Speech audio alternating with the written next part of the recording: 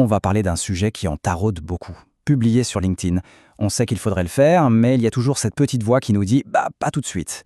Eh bien, on va voir ensemble pourquoi ce « pas tout de suite » est en fait une erreur et pourquoi le bon moment, c'est toujours maintenant. Ah, cette fameuse petite voix, elle est douée, n'est-ce pas? Elle nous murmure « mon offre n'est pas encore nickel, mon site est en travaux » et surtout le grand classique. Mais qui suis-je au fond pour parler de ça? Ce sont des doutes que tout le monde connaît, de vrais freins qui nous empêchent d'avancer. Et c'est là que la perspective change complètement. Une idée inspirée par l'experte Amélie Sarras. L'idée, c'est que la question n'est pas d'attendre le moment parfait. Le truc, c'est de comprendre que la raison de publier, elle, change et évolue avec nous. C'est la stratégie qui s'adapte, pas le calendrier. Alors concrètement, comment ça marche? On peut découper ce parcours en 3 grandes étapes bien distinctes. D'abord, il y a le lancement, quand tout est à faire. Ensuite, l'acquisition, le moment où il faut aller chercher ses clients. Et enfin, la consolidation, quand les affaires tournent. On va regarder chaque phase à la loupe. Allez, on commence par le tout début, le grand saut, le stade du lancement. On connaît bien le scénario. L'expertise, on l'a. L'idée est là, elle nous anime. Mais il n'y a pas encore d'offre claire, pas de site pour la présenter et forcément pas encore de clients. C'est un peu le brouillard et ça peut vraiment nous paralyser. Et c'est justement là qu'il faut publier. Pourquoi? D'abord pour dire « Coucou, j'existe », pour planter son drapeau et commencer à montrer son savoir-faire. C'est aussi un super entraînement, parce que prendre la parole, ça se travaille.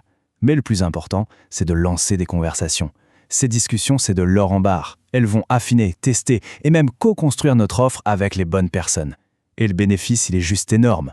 On bâtit sa communauté en même temps que son business. On ne perd pas une seconde. Ok, étape suivante, l'offre est prête. Le nouveau défi, c'est de trouver des clients. Là, c'est un autre type de frustration. On a un produit, un service de qualité, mais le téléphone ne sonne pas. On a l'impression d'avoir quelque chose de génial à offrir, mais de crier un peu dans le vide. Les méthodes habituelles ne fonctionnent pas ou plus.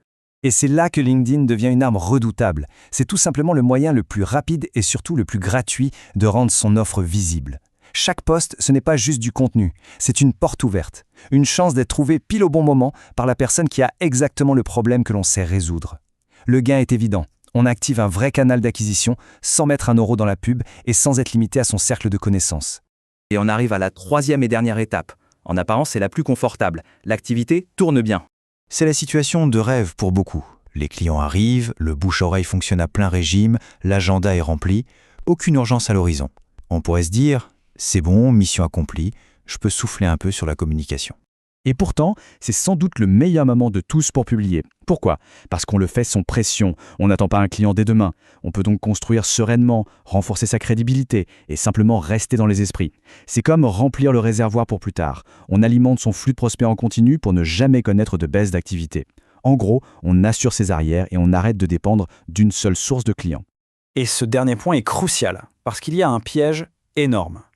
L'illusion, c'est de croire que le bouche à oreille est une source magique et inépuisable. La réalité, c'est que c'est un canal incroyablement fragile. Il suffit d'un rien pour qu'il ralentisse. Et le jour où ça arrive, si on n'a rien construit à côté, il est beaucoup trop tard pour commencer à bâtir une audience en partant de zéro. Tout ça nous amène donc à une seule conclusion. La seule phrase à retenir de tout ça, c'est celle-ci. La seule véritable erreur, c'est d'attendre d'être prêt ou prête. Alors on oublie la question du bon moment. La seule question qui compte vraiment, c'est celle-là. Et si finalement, le moment parfait pour se lancer, c'était juste maintenant?